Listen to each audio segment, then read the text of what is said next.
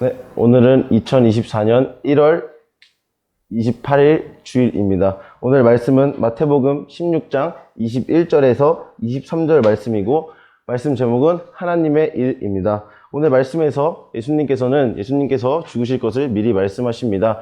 대제사장들과 율법학자들의 고난을 통하여서 결국에는 죽으시고 3일 만에 부활하실 것을 예수님께서는 말씀하십니다. 그때 베드로 사도님께서는 그런 예수님을 보고 그런 일은 없을 것이라고 예수님께 말합니다. 하지만 예수님께서는 그런 베드로 사도님의 모습을 보고 사탄아 물러가라, 하나님의 일을 생각하지 않고 예수님의 세상의 일만 생각하라고 말씀하십니다. 하나님의 일을 생각하지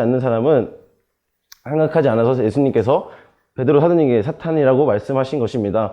하나님의 일은 그렇다면 무엇입니까? 하나님의 일은 다른 사람을 구원하는 것입니다. 하나님께서는 모든 사람이 구원받기를 원하십니다. 그렇게 그것이 하나님 일을 하는 것이며 그 구원을 이루기 위해서 우리는 전해야 합니다. 그것을 방해하며 그런 일을 하지 않는 사람들은 죄를 짓는 것입니다. 그 죄는 성령님을 모독한 죄입니다. 그것은 용서받을 수 없는 죄입니다. 성령님께서는 우리의 죄를 깨닫게 하시고 하나님의 말씀에 따라 살게 하시고 예수님의 말씀으로 가르치시고 인도해 주십니다. 즉 구원의 삶을 살게 해 주십니다. 그것을 통하여서 우리가 하나님의 일, 즉 전하는 사람에게 전하며 살아가는 것입니다. 그렇지 않다면 우리는 성령님을 모독한 죄를 짓고 있는 것입니다.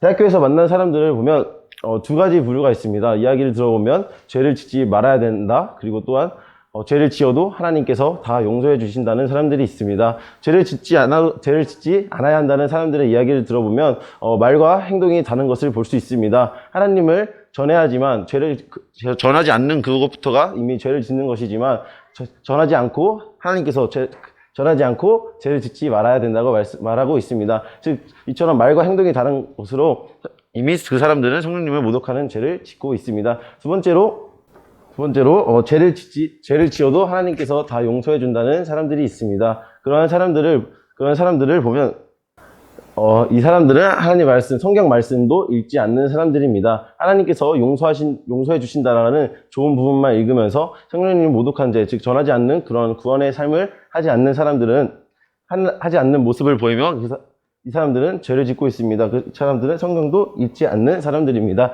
그렇게 우리는 하나님의 말씀으로 살아가서 다른 사람을 구원하는 일을 전하며 살아가는 우리 모두 되시길 예수님의 이름으로 축원합니다.